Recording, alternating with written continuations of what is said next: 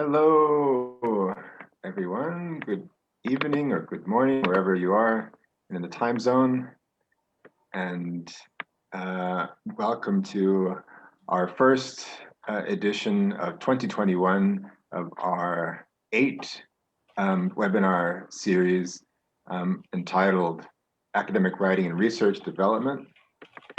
And this is our very first one of 2021, but we have a few more to go. Those of you who are joining us for the first time,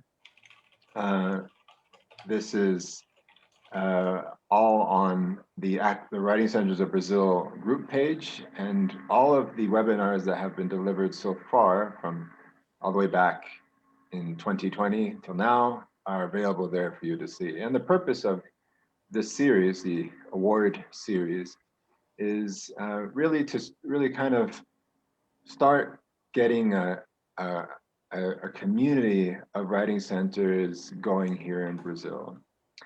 And many of you who are joining us right now from outside Brazil may not know that writing centers in this country, in Brazil, where I'm talking to you from now, in Curitiba, Brazil, they're still not very, very well known. And one of the things that we want to do is kind of create a writing center community here in Brazil, but one that is connected to writing centers around the world. And so this initiative here, this award series, is one that was organized and incentivized by the US Embassy through the Regional English Language Office here in Brazil, and graciously put together by Jennifer Euler, who I'll be introducing in a second. And we're joined today by Katya Fairbanks, who has a long history of supporting scholars around the world in academic writing, and more specifically in writing center, directing writing centers, and most recently, she's written about supporting writing centers at the postgraduate level or graduate level, whichever term you prefer.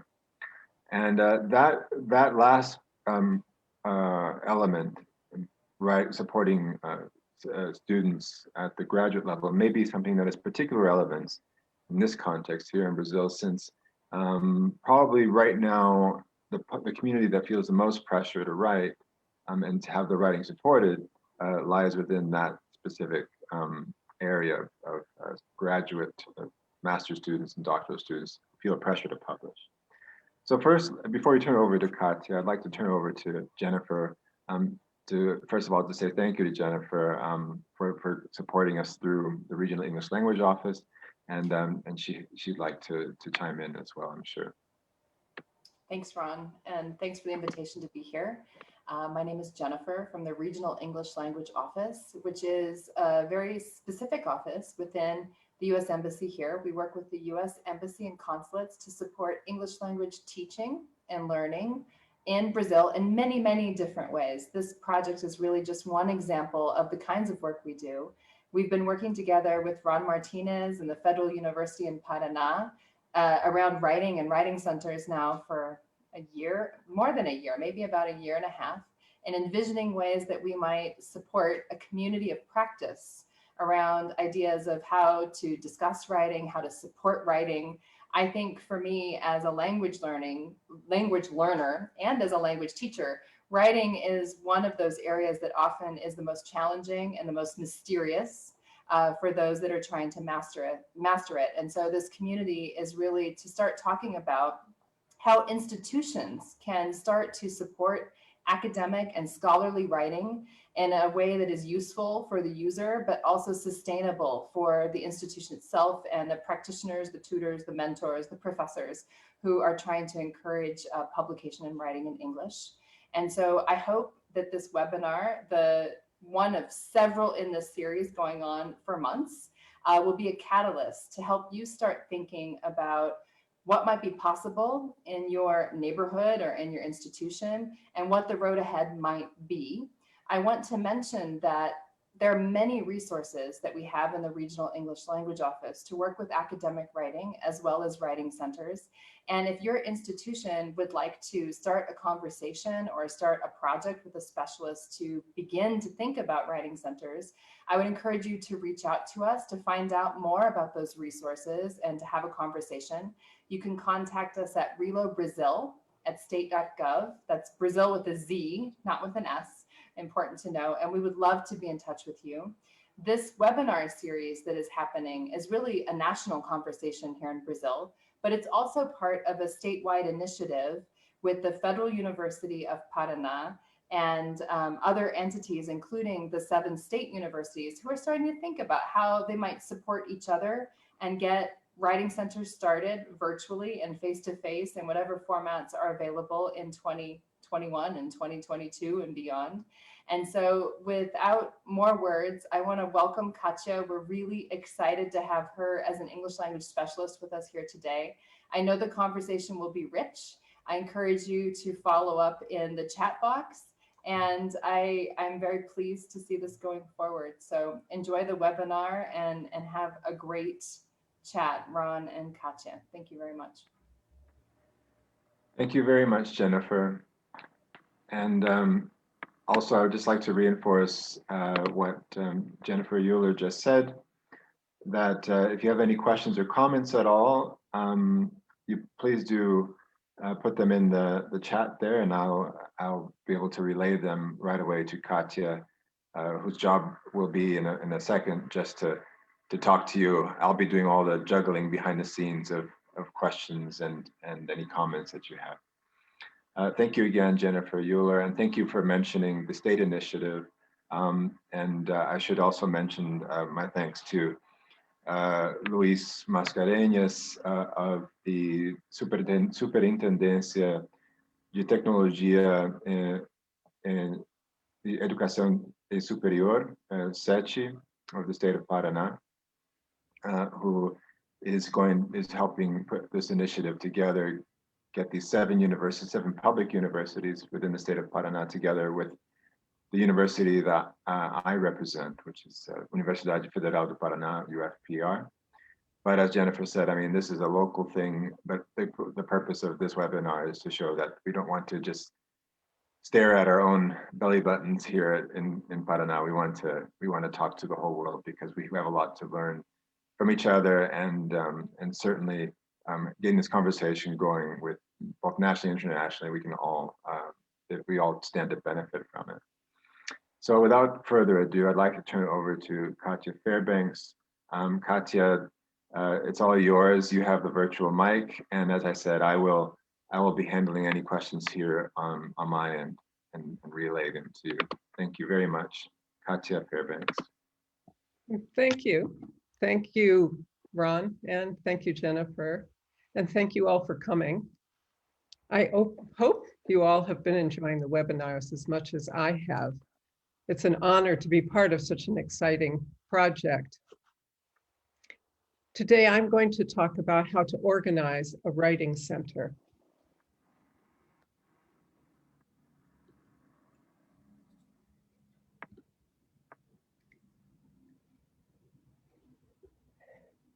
But first, so that I have some idea where you are in the process, can you write into the chat box if you are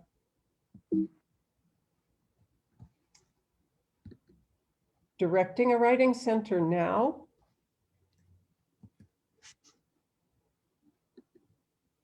working in a writing center now, or hoping to launch a writing center soon? And while you do that, let me tell you about one of my experiences as a new writing center director.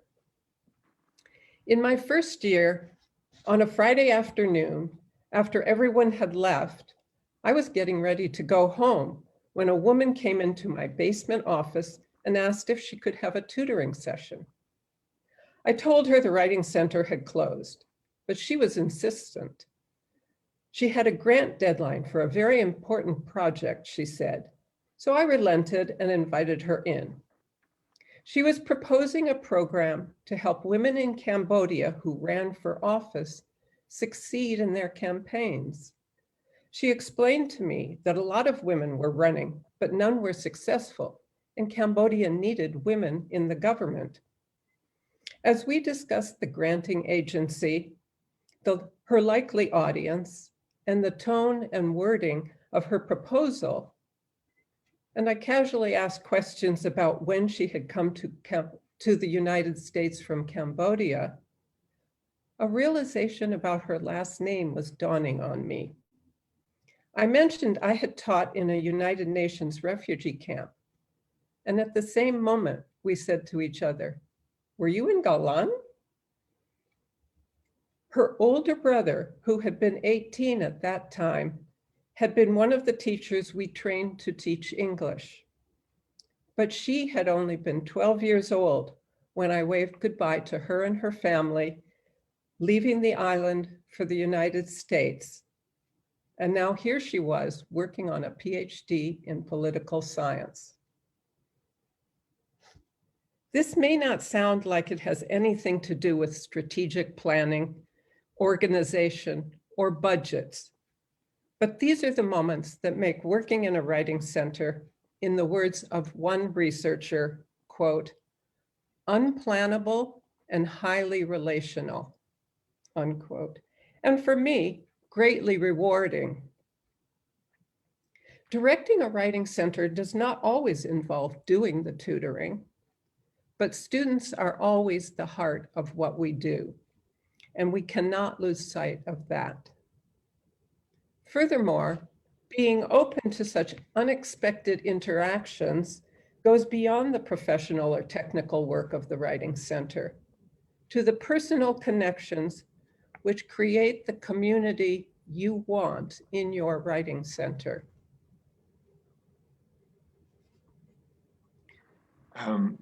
Yeah. Sorry, did you want me to let you know if anybody's responded to your question? Yeah, I would be glad to hear. Okay, so the first response was from Maria Valesia, who I know. Maria Valesia has been involved in the TESOL community here in Brazil for some years in her region, which is the south of Brazil. And she works at the Universidade de Caxias do Sul, and she implemented a writing center there. It was basically about a year and a half ago, and kind of ran into the pandemic, so it's just still taking off. And Avram Bloom, who used to be, and I think still is involved in a national program here with the Ministry of Education, used to be with the Ministry of Education, Languages Without Borders, at the University of Brasilia, UNB. He's hoping to launch a writing center there soon. Perfect. Julie Hemming,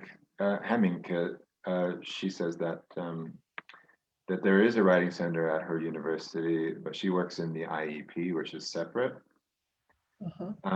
Mary Jane Radford-Arrow, coming to us from Germany today, says that it's launching soon. He's collecting data from a needs analysis now and establishing a framework and so on. And Thais, I know her because she's a tutor at the writing center that I direct, but she's also interested in the organizational aspect as well, which is great because later on I'm going to hire her as a vice director. Wow, I see. Okay, that's wonderful. Perfect. Okay. So I hope what I have to say is helpful to those of you who are about to start or are in the middle of working in one now. I came to Writing Center work from a background in language teaching. I had taught English as a second language and trained teachers as a graduate student in Minnesota, and also taught in Japan, China, that UN refugee camp on the island of Galang in Indonesia, and in India, before moving to California and teaching graduate writing courses to international students here.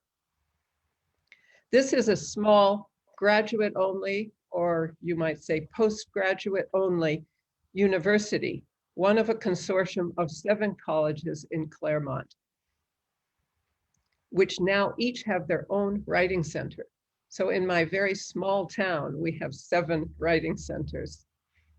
As part of that postgraduate writing course for newly entering graduate students from abroad, each student would meet every week with a dedicated tutor from the writing center.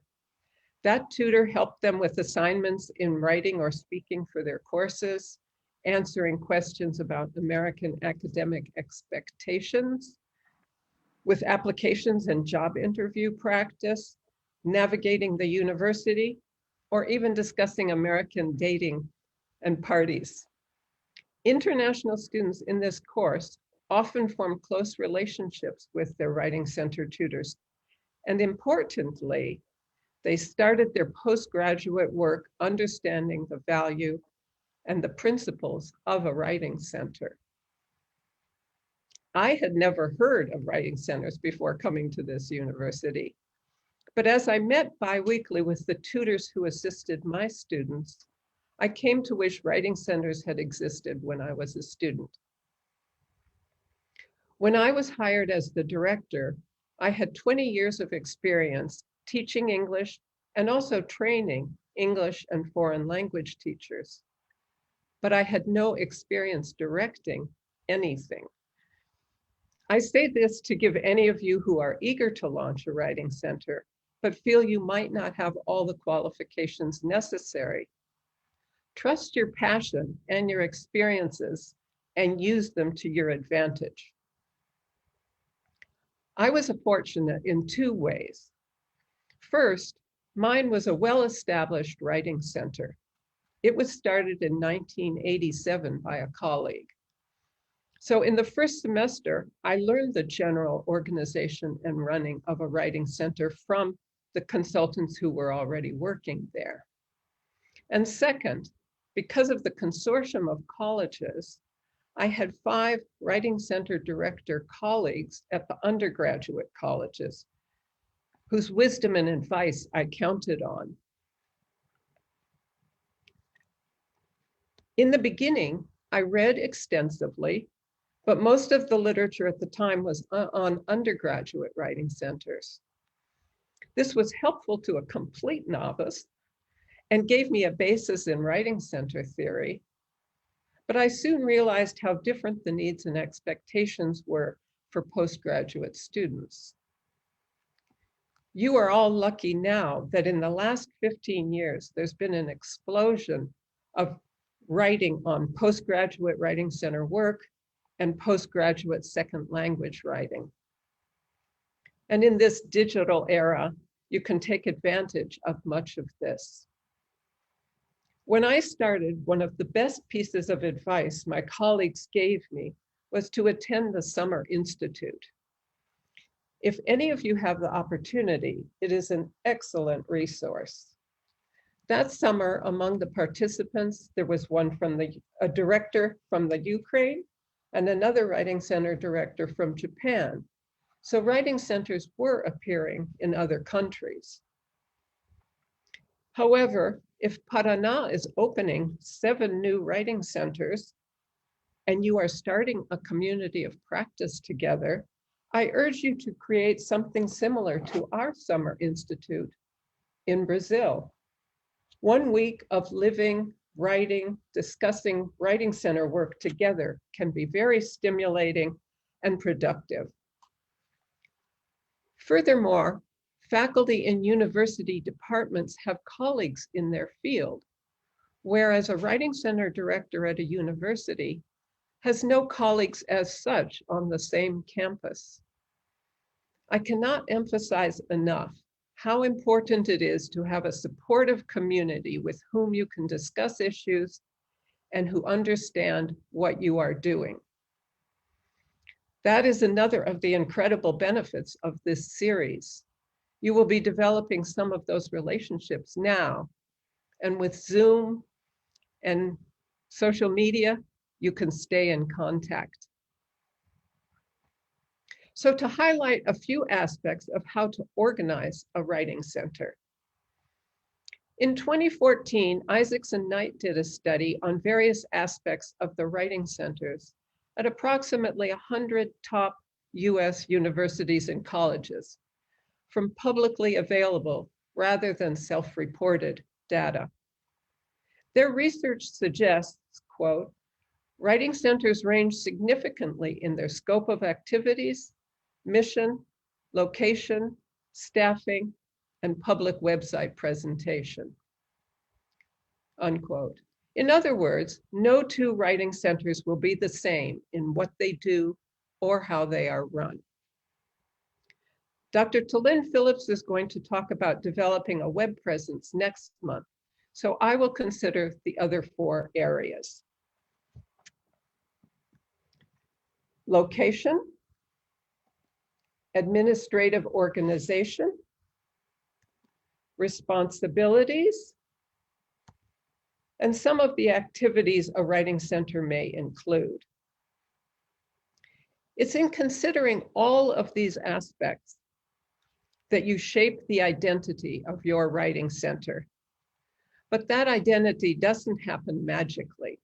It takes purposeful planning. So let's start with location. Take a few minutes to type into the chat your response to the following. How does the location of your writing center impact the functioning or perception of your writing center?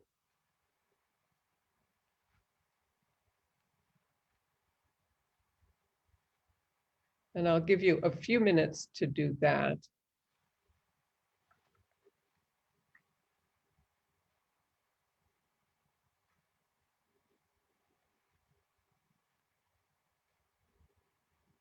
Or at least to think about it.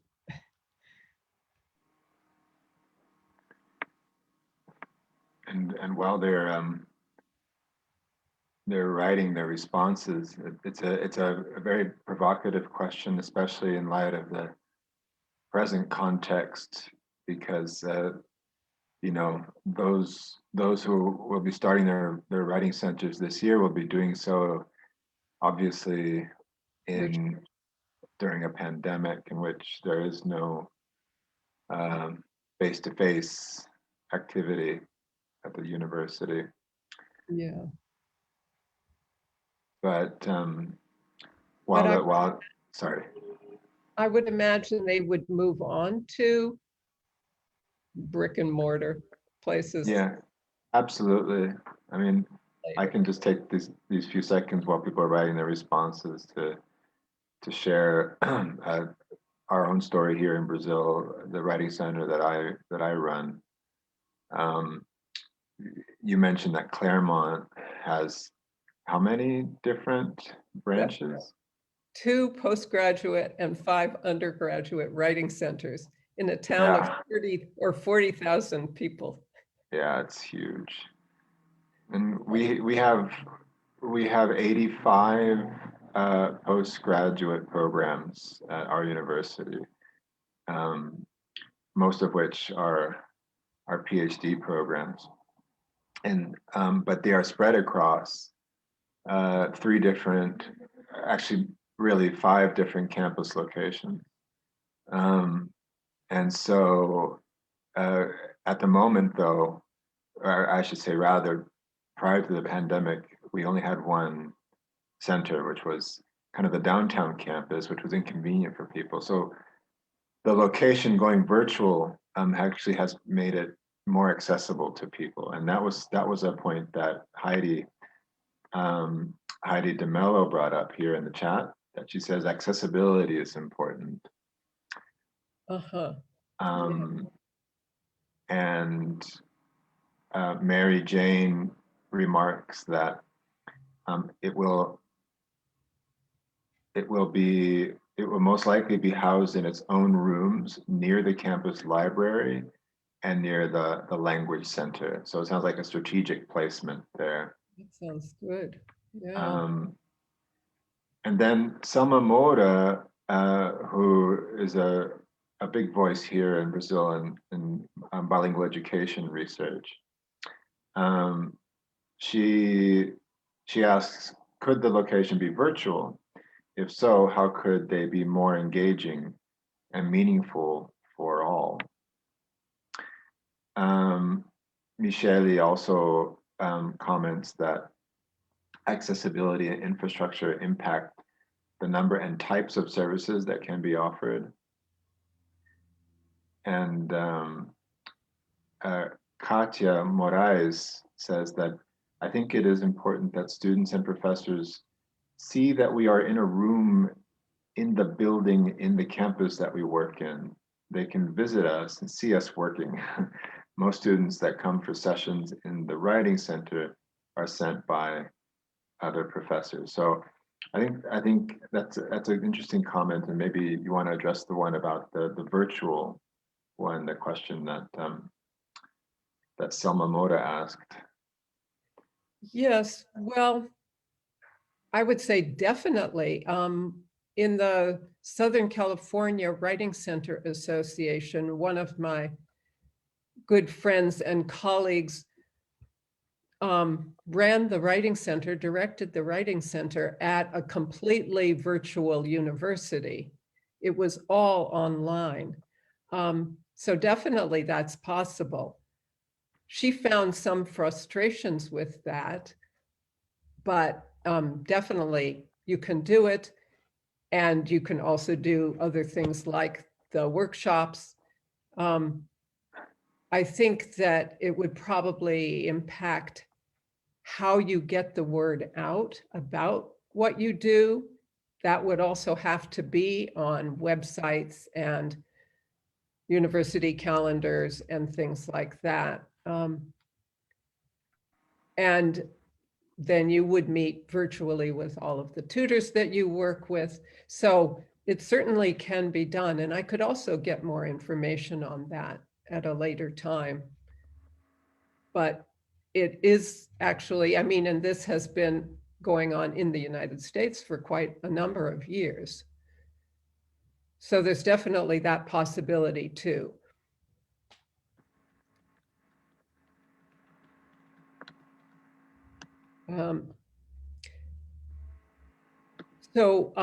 What I would like to say is that if in terms of a physical writing center, where it is housed physically and administratively are important. This may be something that you have little control over, or you may have a voice in the decisions if starting a writing center is new for your campus. In terms of the physical location, some centers have multiple locations on campus. Some are in academic buildings, some in residence halls, some in student service buildings, and many in the library, as someone mentioned, or near the library. Isaacs and Knight's 2014 research showed that writing centers have been raised from the basement days, and that writing centers now are typically centrally located on campus. They stressed that, quote, location conveys psychological as well as physical power. Keeping this in mind, I suggest you consider visibility, size, privacy, and safety.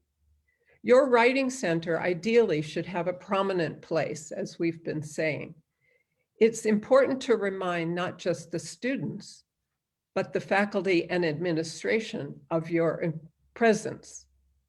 If you have no choice but to be in a basement or hidden away, as I didn't when I first began, then you need to make a much greater effort at making the campus aware of your presence. Our writing center had been in a basement for nearly 20 years. And then finally, we got this small house of our own, this house in the photo here. It was not as central, but it was much more visible. To be more accessible, we also set up appointments in a room at the postgraduate housing. Look around your campus and, as we've been saying, see where you will be most strategic. As an external reviewer for the UCLA Graduate Writing Center, I had the opportunity to research many graduate writing centers in North America and contact some of their directors. My research for that review confirmed what Isaacson Knight said. A poor location and a lack of space together can reinforce the impression that the university does not value either its postgraduate students or support for the academic writing postgraduate school requires. Whereas a prominent location on campus with a welcoming and adequate space can demonstrate visually that the university values the writing postgraduate students do and their critical contribution to the research of an R1 or research university. As noted in previous webinars, writing is often a fraught experience. It can start a writing center session off positively to have the space appear both private and safe. A writing center can function as an effective safe space for postgraduate students. The postgraduate students I interviewed for the review at one major university saw their writing space as confined and confining. The space had too many functions with too little room in their view. Wherever you are located, because of the often fraught nature of writing, it's important to make the space warm and welcoming to the extent you can. After my writing center moved from the basement to the house, we had a small lounge with a sofa, as you can see in the photo, a lending library, as well as a coffee machine. Food and decorations also help. Our space was open most of the day and well used by tutors and clients alike, both for relaxing and for work.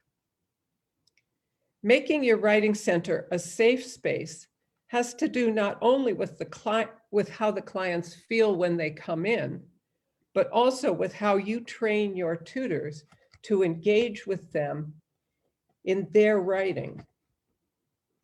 Arau and Clemens state that, quote, "The goal of safe spaces is about supporting the best environment to enable participants in the challenging work of authentic engagement with regard to issues of identity, oppression, power, and privilege."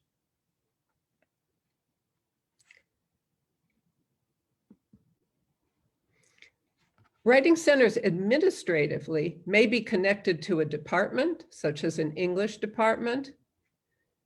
They may be endowed and therefore independent and standalone, or they may be under student services or academic affairs. The names of these offices may vary even in the US, and perhaps even more so in Brazil. But the important thing to consider is what impact it will have on your work. Studies have found that more than half of universities house their writing centers in the United States on the academic side, while about 1/3 house them in student support services, and the remaining are standalone. Keep in mind that writing centers are an academic resource. They support and reinforce the academic development of students, unlike student services such as health, athletics, or social programs.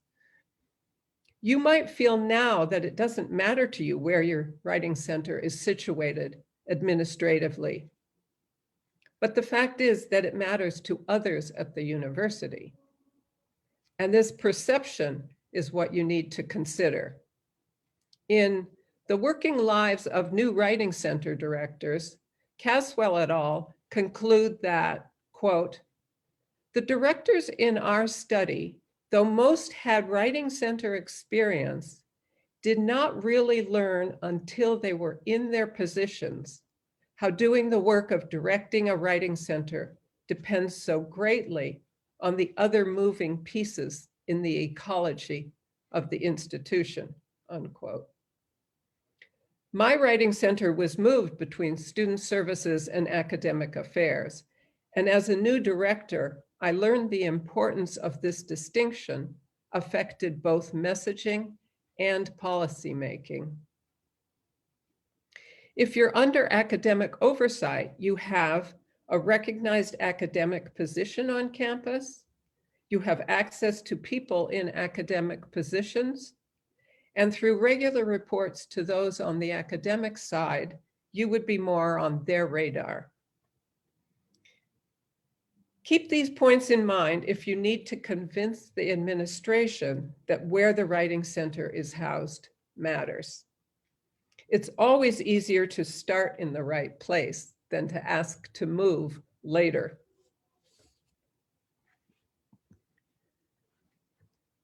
So what principles guide your approach to administering a writing center? Is your approach authoritative, collaborative, challenging?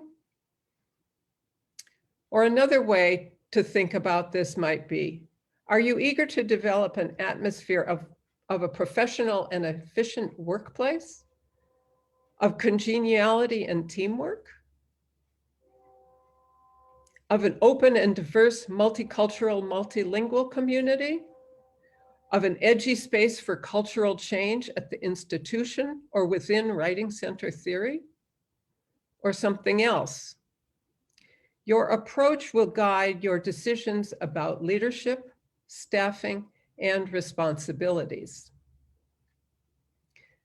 The administrative structure of writing centers varies greatly and only partially depends on the size of the institution and the budget the university gives you. It also depends on how you view leadership. In terms of the positions, most researchers have found that the majority of writing centers use the title director for the person leading the writing center. A small number use the term coordinator, and a few don't have a director at all. It's also possible to have joint directors or co-directors. Most of the writing centers in these studies refer to their staff as tutors, and the next most common term is consultant. Other titles for staff were specialist, coach, instructor, mentor, assistant, and fellow. But they emphasized, quote, how consultants are titled is an indication of their role and how they are perceived. For example, if many people in Brazil think of a tutor as having knowledge of a specific discipline and then instructing a student, that may mislead them about what a writing center tutor does. You will always have to keep messaging what your tutors do, no matter what, but it may help in the messaging to use the title consultant or assistant. In my writing center, the tutors asked that we change to calling them all consultants. So in this talk, I interchange the terms tutor and consultant. But we can safely say for the administrative structure of a writing center, there is no one standard. Perhaps an ideal structure would be to have a full-time director, a full-time assistant director, or two co-directors, a technical assistant, some faculty to teach modules of writing courses, and then the tutors or consultants. Many, but not all of the graduate writing centers of major US research universities have at least the director, assistant director, and consultant positions. However, if that sounds like a dream to you right now, simpler configurations do exist. My small university has about 3,000 postgraduate students. When I began, we had 6 to 10 tutors and covered about 800 sessions a year. I was the director, and with the tutors, that was the administrative structure. So that is possible. I wore many hats. I handled the planning, budget, hiring, training of tutors, meant their ongoing professional development, the tutoring schedule, organizing workshops, maintaining the website and statistics, and much more. At the time I reviewed the UCLA Graduate Writing Center, they had about 10,000 or more than 3 times as many postgraduate students as my university. And that may be somewhat closer to the size of your universities. But for 10,000 graduate students, the Graduate Writing Center only had 2 very small tutor rooms and 25 consultants. The director had 2 part-time assistants, and her position did not allow her to teach. I will speak a little later about how to reach more writers with few resources. I soon designated one of my consultants as student assistant, since the university would not let me grant them any other title or better pay. By the time I retired, we had more than doubled the number of students we assisted and the number of sessions to over 2,000 per year, with a staff of 12 to 15 consultants. And I had managed to raise their pay, but I still just had 1 student assistant. And I could have done so much more with a full-time assistant director or vice director. Thus, perhaps my approach to administration is very collaborative. I had consultants help in many aspects of the running from the beginning. I learned from them when I began, and in turn always brought the new ones into the various writing center processes. I modeled collaborative leadership, but also encouraged their professional development. They gain crucial administrative experience, skill, and understanding, and take greater responsibility for the writing center if they're involved in the running. And the functioning decision-making and discussions have greater creativity, width of perspective, and depth. Let's move on to what the most important duties are and examine a few of those in more detail. Can you type into the chat your ideas on what some of the important duties or responsibilities of the Writing Center director are, or of the Writing Center in general? And you can see, I see this as kind of layers upon layers of responsibilities. That's a great image there. While they're typing in that answer, I'm wondering if you could tell us, at least before you retired, what kind of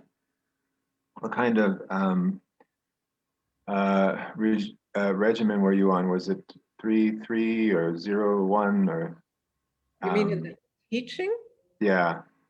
I just taught 1 course and then worked full-time in the writing center. So it's like a 1-1. So it was 1-1. And we did later have a course in the summer, but I didn't teach that. The Writing Center was open about almost 12 months of the year, through the summer, through spring break, through fall break. It was closed a week in the winter. But I taught 1 course each semester, and then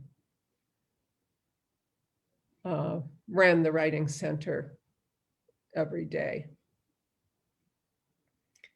Yeah, it's nice that your university seemed to appreciate how much was involved and let you, dedicate your time mostly to that. Yeah, but it did mean that I didn't have very much time to publish things. Mm. I think, and in the research I've been reading, it looks like many Writing Center directors don't find time to publish when they're teaching and running the Writing Center.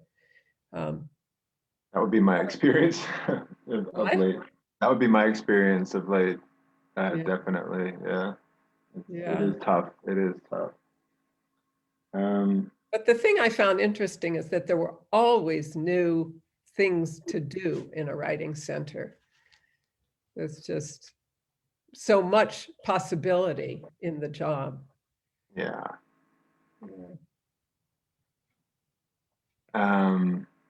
So what are some of the? We have Mary Jane. Oh, sorry. First, let me say that Heidi DeMello says that in terms of duties, responsibilities, curating resources.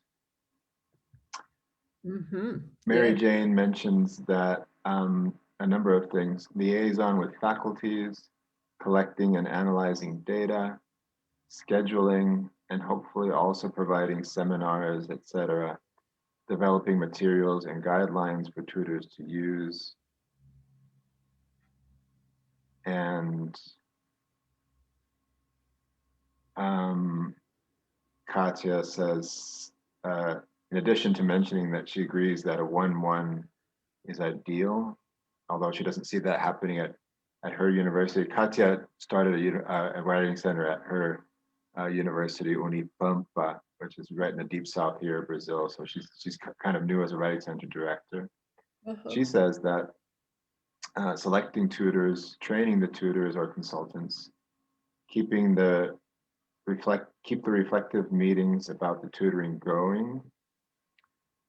Thais says that she thinks that one of the major roles of the Writing Center director is to discuss and talk about language perspectives and methodologies that relate to tutoring and consulting sessions. There's also a political responsibility of establishing the center within the community. And that's it. Okay. Well, thank you. Yeah, those all are, you probably will see them, and these are some of the things I put down. And I've listed a bunch more on the handout that Ron will give you at the end of the session. And then the book, The Working Lives of New Writing Center Directors, Caswell et al. Add these duties too, and a bunch more, which I have put on the handout. But even all of these are not exhaustive, unfortunately. One of the first items on my list here is creating a vision and establishing a strategic plan. This involves determining short-term objectives for your writing center and setting long-term goals, doing a SWOT analysis of the strengths, weaknesses, opportunities, and threats, as Dr. Kara Reed described last month. A fundamental part of this is creating a mission statement, which tells what your writing center does, why it exists, and the unique contribution it can make to your institution.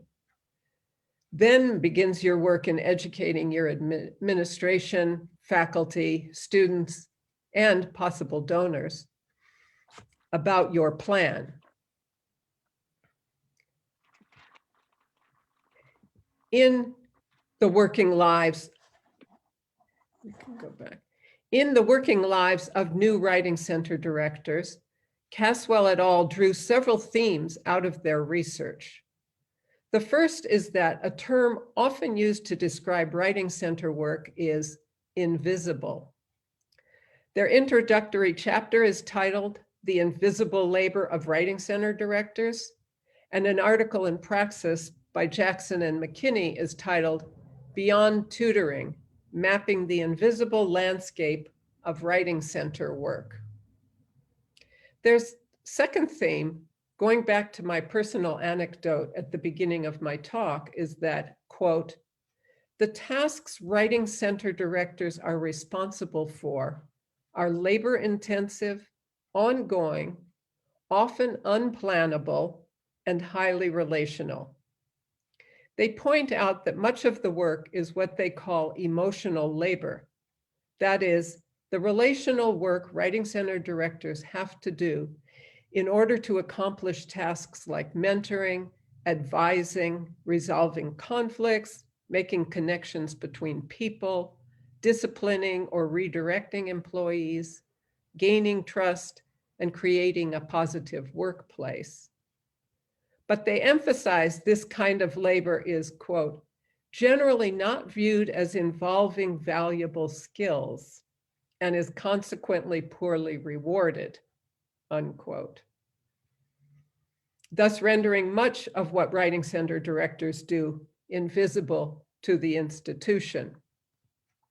And I think I saw on the Kappa Facebook page the cover of a new book by some of these same people talking about emotional labor in the Writing Center. On a more positive side, their theme is that Writing Center directors do labor which is satisfying to them and which brings visibility. One of, if not the most important, satisfying and visible aspects of the Writing Center is the tutoring. So I will focus here on two of the director's responsibilities related to tutoring, hiring and mentoring, and two related to non-tutoring, PR marketing, and on workshops and writing retreats. So how will your choices shape the identity of your Writing Center? To shape the identity of your Writing Center, possibly the most important aspect is hiring and mentoring the consultants. Let's look at the hiring process, especially because this is probably one of the first things you will have to do as a new Writing Center director. The hiring process is not just a formality to choose the best students on campus. This is where you need to have a clear idea of your vision for your Writing Center and for your team, and focus on your specific needs and requirements. If you've done a needs assessment, then you know what types of writing the students at your university do, what fields they are in, what the expectations and concerns of the professors in those fields are, and what areas of research the students and faculty will be publishing in. Keeping all of those factors in mind, plan your hiring. So the hiring process can include some or all of the following: sending out a job announcement to the community, an application, which might include a letter of application, a writing sample from a research paper, a CV or resume, a letter of recommendation from a faculty member. Then you review the application packets, interview the potential candidates, and do the hiring and training. As you prepare the materials for hiring, think about what you want to learn about the candidate from each portion of the hiring. How do you ensure diversity, collaboration, and teamwork? For example, who will your tutors be? You want your tutor team to be diverse in terms of which discipline they are at the university, and in terms of race, gender, and sexual orientation. You want students who come to use the Writing Center to feel comfortable and respected, and to recognize themselves in the staff. Dr. Tolyn Phillips has also suggested that you might look for diversity in their current positions. Will you only be hiring students, or will you also hire community members or university staff?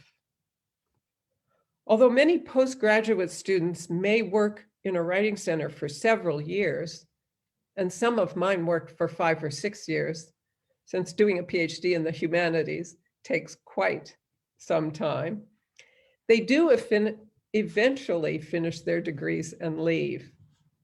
It can help a new Writing Center to have some consistency over time. So hiring a few qualified community members could maintain that consistency. At my Writing Center, we asked for a faculty recommendation, but we're acutely aware that it was almost never useful for how good a tutor the candidate would be. In my opinion, faculty don't think about, or perhaps even have a chance to know, how good a student's interpersonal skills are with other students. However, the faculty recommendation usually gave us an indication of what the faculty thought of the applicant's scholarship or writing in their field, which were important. The hiring is one of the Writing Center processes in which I always ask the current consultants to collaborate. I had consultants help from the beginning, and for the applicant, having a team of 4 or 5 interviewers prepares them for later job interviews also. As applications came in, I left them in a secure folder in my office and would encourage all the tutors to review them. For one thing, the tutors had strong opinions on the style of the letters, the quality of the writing, and the qualifications listed in the CV, which I found instructive.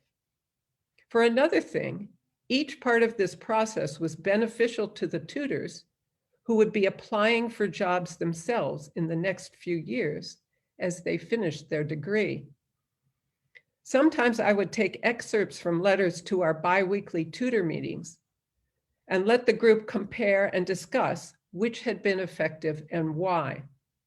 We all learned a great deal from these discussions. One time a letter started with, "Hey, Katya," and I was willing to give the student an interview because of the rest of the application material. But the tutors all took their job very seriously, and there was unanimous consent that anyone who had that cavalier an attitude toward the position, even though it was a campus job, would not be a good coach for clients who wanted help on application letters. And therefore, that student should not work in the Writing Center. They won. The interview portion is critical in making the determination of the new hires. This can include a grammar test, a writing sample, responding to questions, a mock tutoring session. One Writing Center director told me, quote, "I want them to know the grammar before they start. I don't want to pay them to learn the grammar." So she would always give a grammar test. In any case, you need to determine what are the most important qualifications for your tutors according to your clientele and gear your interviews specifically to those points. For example, at my university, because it was considered one of the best jobs on campus, I would often get applications from excellent writers with great grammar, good people skills, and good counseling strategies. But it was not always easy to get tutors who had experience working with second language writers. Over half our clients were international students, and while their spoken English may have been fluent and their knowledge of grammar good, when writing about complex ideas and concepts for graduate work, grammar, which they would otherwise have used correctly, might break down.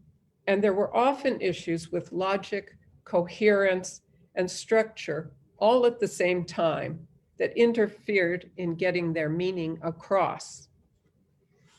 Over the years, we determined that being able to help a student know where to begin improvements with such a paper was critical to being a successful tutor in our center.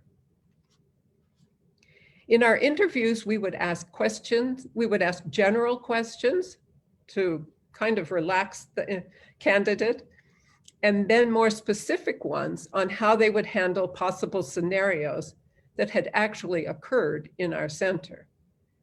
Then we would give the candidate a writing sample with permission from one of the international students who had used our center. The best tutor candidates had excellent responses to all the questions and the situational scenarios.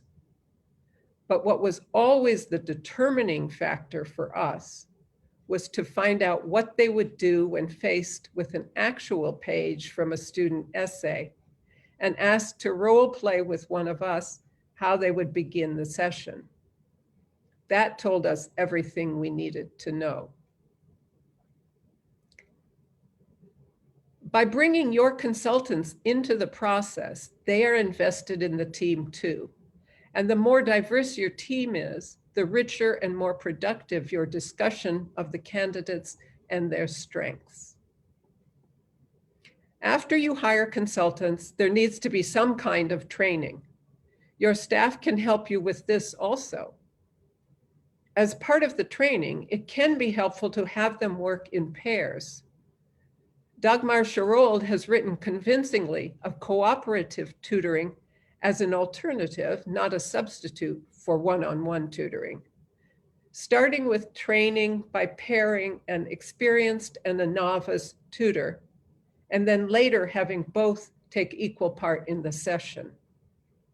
She found a different dynamic in these sessions, and the tutors found that they created deeper learning and greater participation on all sides.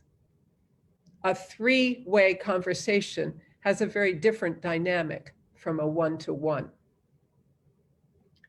The second part of shaping the identity of your writing center after hiring consultants, no matter how long or short the initial training, is to continue professional development or mentoring over the course of their time as a consultant in your center. Regular meetings, whether weekly, bi-weekly, or monthly, should include discussions of issues that come up in their sessions, new theories and writing center research, in addition to upcoming events or workshop planning. Tutors need to engage in various forms of critical reflection or inquiry and explore their own assumptions and values. It can be very helpful to occasionally bring in guest speakers to these meetings.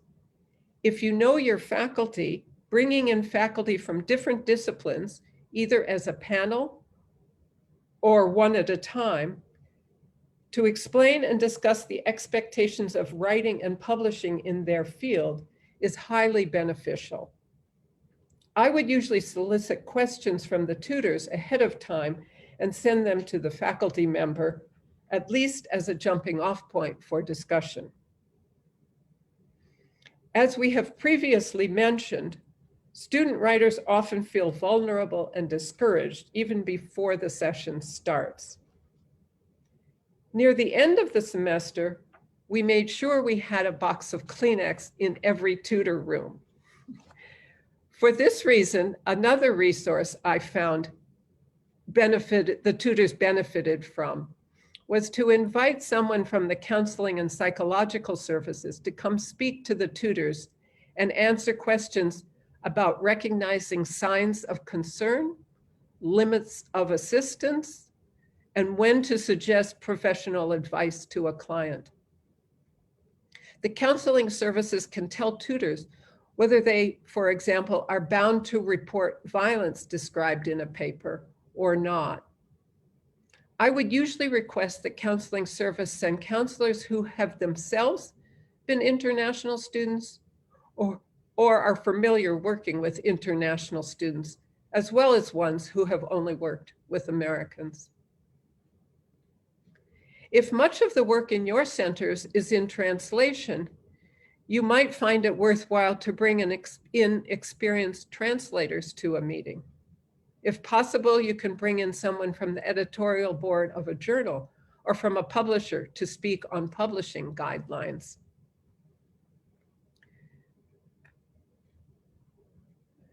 So how do you reach a wider audience, especially if you have limited resources?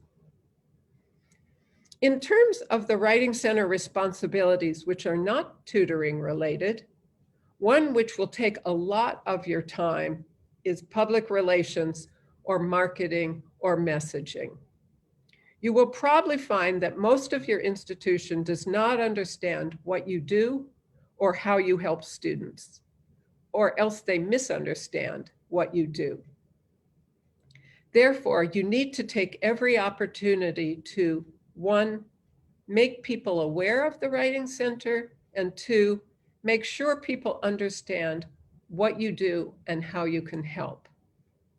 This is where a student assistant can be a great advantage. You will need to look around your institution to see how administrators, student groups, and faculty get information out to the community. We put all announcements for the Writing Center on paper posters around campus, on the university digital calendar, on our own website, on Facebook and other social media, in emails to all students, and also on big screens in campus buildings. You need at every opportunity to correct the misconception that the Writing Center is remedial or for deficient students, but rather emphasize that you're mentoring students into a disciplinary community, that postgraduate writing is different from what the students may have done before, and that, as the saying goes, every writer needs a reader. In my center, the tutors would make appointments with each other to discuss their writing. And I saw this as a selling point too. Isaacs and Knight point out that extensive use of technology and many forms of outreach mean a writing center is invested in finding ways to reach its primary target audience, the students.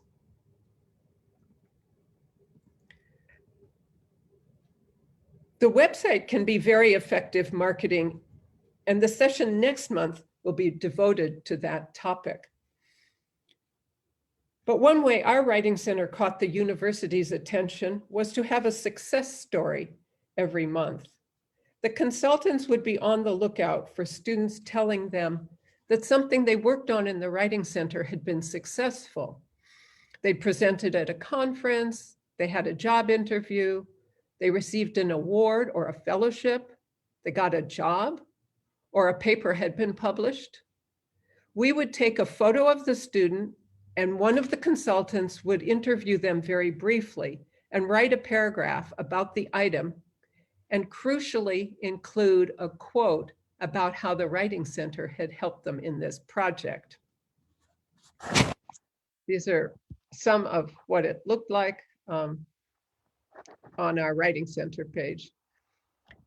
The students loved this and would tell us that they had sent a link to their family or friends.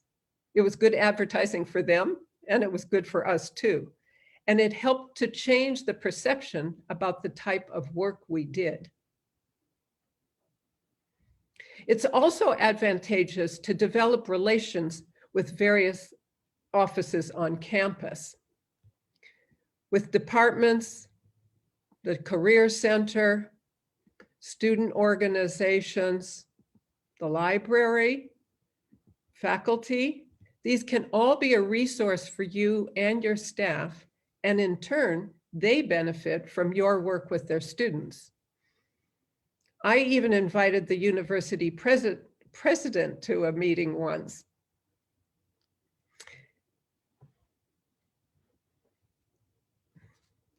To bring a piece of his writing to have a Writing Center session.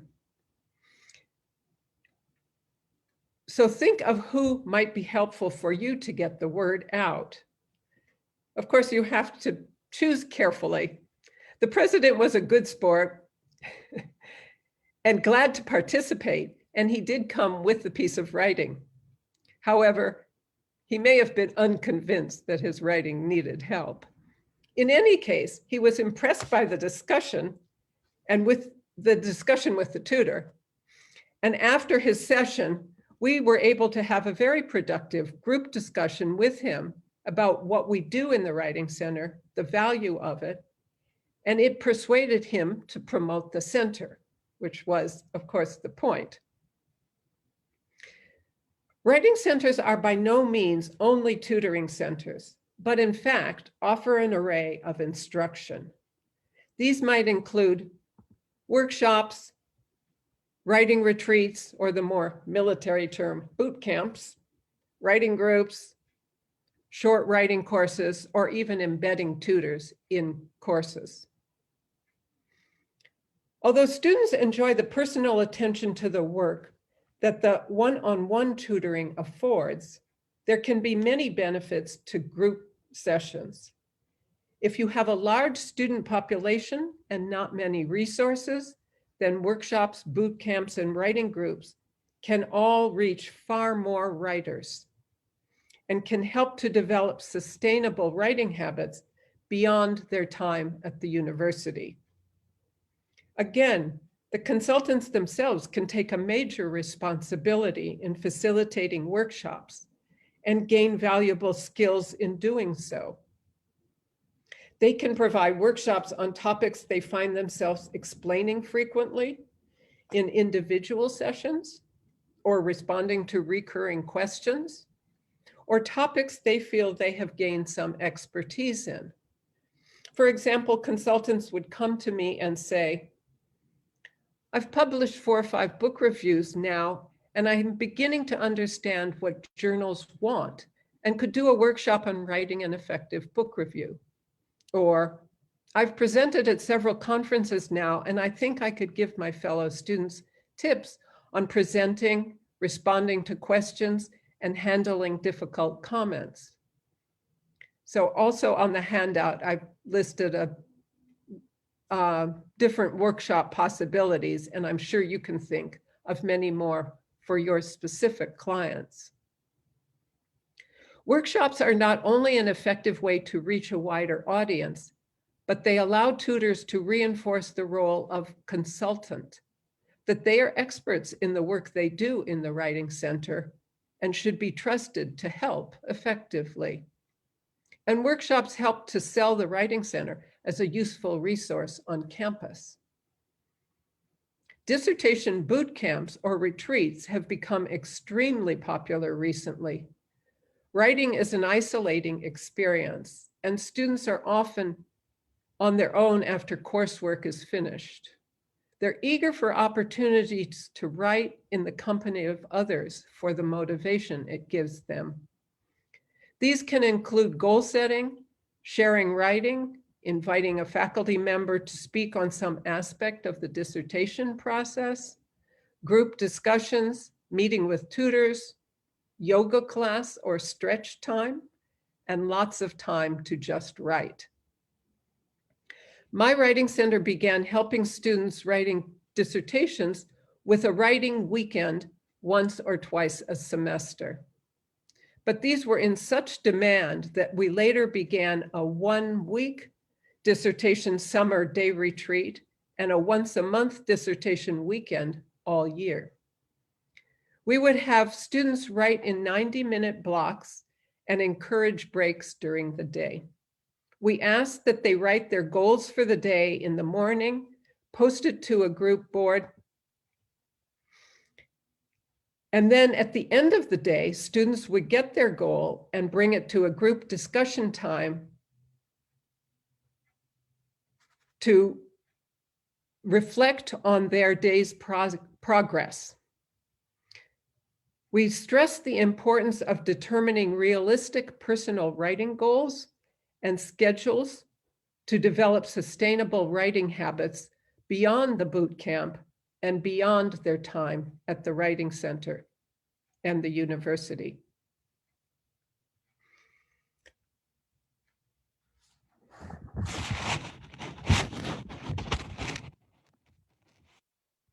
There is, of course, much more to talk about, but I want to wish all of you who are embarking on this project the best of luck. Organizing and running a Writing Center requires a lot of dedication and hard work. I hope it will be a rewarding experience for you. Thank you, and I'll leave it open to questions or comments now. Thank you so much, Katya, for your valuable insight. You generated a lot of thoughts and comments in the chat. And while you were speaking, I found myself just taking notes on so many points that you made that are so important to our reality here in Brazil, at least, points that we need to consider with care. And I'd like to bring it back to one of the points that you made regarding visibility. And it relates to the point that I want to make relates also to visibility as it concerns the institutional location of the Writing Center. and the concept of the writing center, because I think that for most universities in Brazil, especially those that I've been in touch with, and here I'm looking at a few of the names that are in the chat right now. The writing center has the idea or excitement generated around writing center work is really kind of as a function of the most important need, writing need that institutions in Brazil perceive, which is writing for academic publication. So different from a lot of universities in the States where you have writing across the curriculum, where that raises the stakes for the institution in terms of students' grades, for all the general education requirements that they have, and a need for them to do well on them. So student retention at the undergrad level. Here it's not quite that. The stakes are highest when they get to the grad school level, where there's a lot of pressure on the individual postgraduate programs to publish. And so there's I see that for the postgraduate students here, there's more pressure to publish than students in the States. And so the visibility and the perceived importance is kind of, it's good. It's already a battle half won here, because the institutions don't question the need for the writing center, as long as they see it as something that supports the production of research articles and stuff in international English medium journals. But it's the English medium part that I think can be a bit tricky, because you mentioned translation and so on. Well, the whole epistemology around writing center work is, a focus on dialoguing with authors about the writing in progress, and not so much just let me fix your paper and make it an English version of it or something like that. Yeah. So yeah. we at our writing center, we've made that an integral part of the translation process, is dialoguing with authors. Yeah. So even though it's a no-brainer for the presidents of the universities here, that the writing centers are a good thing if they support publication. You might be doing a deal with the devil if you tie it strictly here to language alone. So if you say, our center is about translating papers, then you're missing out on all the other good stuff that can happen when talking about writing practices. So at least at our writing center, it's a constant I wouldn't say struggle, but we constantly try to remind the community, the institutional community here, and the community more broadly, that yes, our bread and butter is helping people produce manuscripts that are of publishable quality for English medium journals, but we have all this other stuff that you mentioned, like writing retreats and bringing in speakers to talk about many other aspects of writing. And I think that's really the point that you made is so important, because it's all the other stuff that helps people construct, and that you as a writer helps you construct an identity around your writing center, and people be mindful that your writing center isn't just about English per se, but about all these other great things that a writing center can do. And then that brings me to the institutional placement, because some people here have mentioned in the chat room that they're going to tie it to maybe a language center, and that may be all they can do, and that may be fine, but just with the same caveat that if you're in Brazil and if you say your writing center deals with writing per se, irrespective of language, say dealing first with people's language in Portuguese, the writing in Portuguese, that means you're covering everybody on campus. If you say we're dealing with people's writing in English, you're just making a little tiny splash in a large pond. And Thais asked a question related to hierarchy in this sense, because Um, at uh, at most of the writing centers that, and the writing center directors here that I know, their tutors are mostly undergraduate tutors. That's the pool of tutors that they have available to them. I see. And yet they're dealing with sort of high stakes discourse, manuscripts for publication. And Mm. so there's this hierarchy of undergraduates dealing with postgraduate students, and then Thais made this comment because you were mentioning hierarchy, even within the writing center. Your most recent experience is dealing with a postgraduate, graduate level writing center. You hired tutors probably that were mostly graduate students. Did you hire tutors that were also undergraduates, and were there hierarchies then that occurred? How'd you deal with them? No, because it was an graduate or postgraduate only institution, I could only hire students at my university. And so I only hired graduate students. Right, that makes sense. Now, the 5 undergraduate colleges all had their own writing center. And it seemed that they could hire graduate students from my institution. So at the undergraduate writing centers, they had both graduate student and undergraduates tutoring. But I was only allowed to hire students at my institution. I don't quite know how that worked. Mm. The way I found out about it is that students from my university were hired and paid more at the undergraduate school than I was able to pay them. And so I used that to request higher pay so that I could bring them back to my university. Well, that's great that you were able to do that. So I was able to get better pay because I said, look, our own students are being paid more at the undergraduate colleges.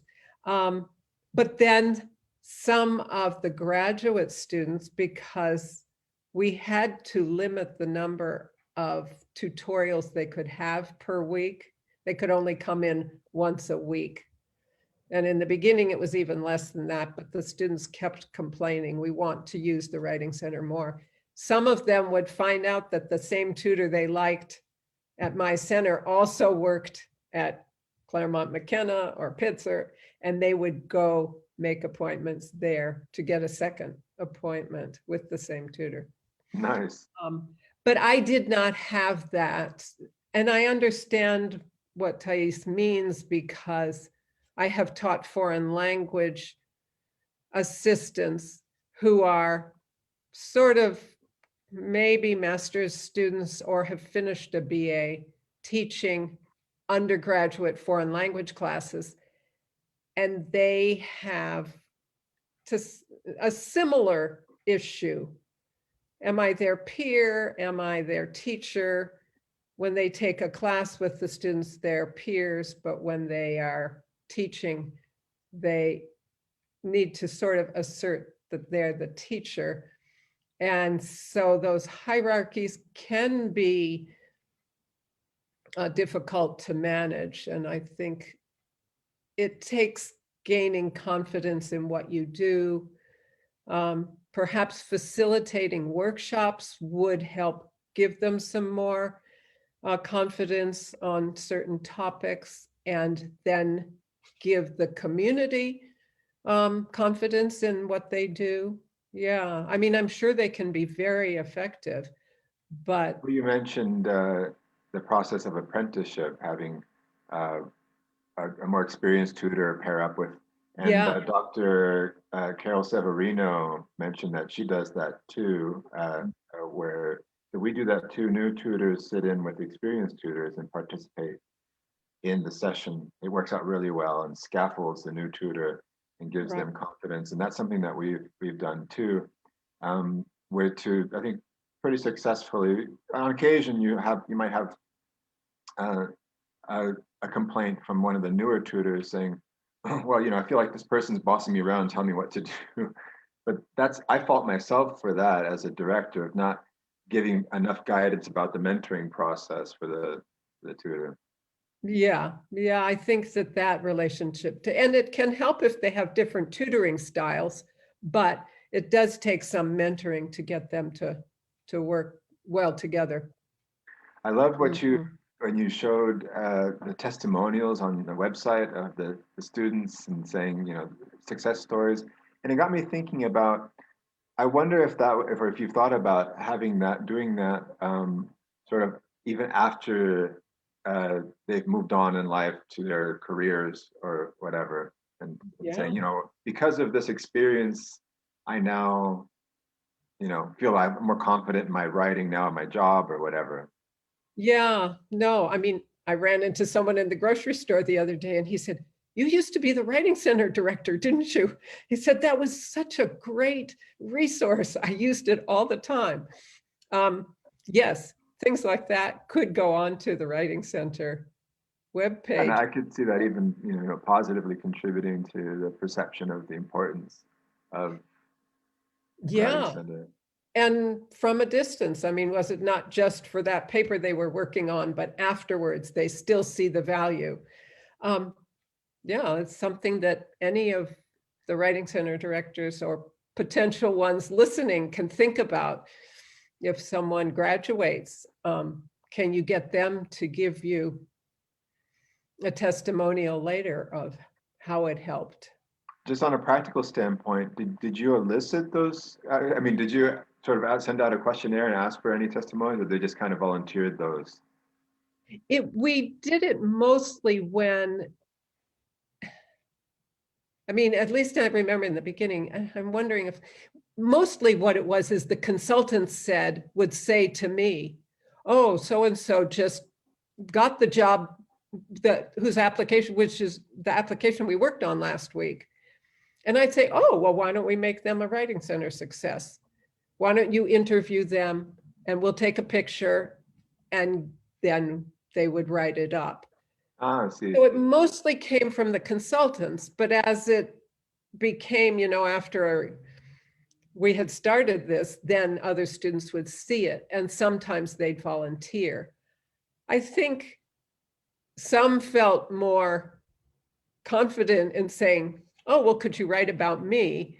Others felt more like, okay, they should decide and they'll come to me if they want. But Yeah. I think it would often be a discussion between the consultant and the student. "Oh, would you like us to put that on our web page?" And they'd say, "Oh, yeah, sure. Yeah, Yeah. Nice. Nice. yeah. Um, well, I think that we won't take up any more of your time. You've even, been extra generous with your time today. And Thank I would you. just, uh, first of all, thank you once again for this very thought-provoking session that was going to generate a lot of discussion even beyond today. Of course, those of you who are watching this now and are from the group from the state of Paraná universities, we will have another private workshop with Katya Fairbanks next week on Thursday. In the meantime, Katya has also generously shared a handout with me that I'll be posting on our Facebook group page in just a couple of minutes. So look out for it there. It has a summary of the points that she made today, including a very useful reference section. So once again, thank you, Katya. I wish you well. Stay safe, stay well. Okay, and we'll see you next week. Yeah, we'll be in touch. And thank you all for listening.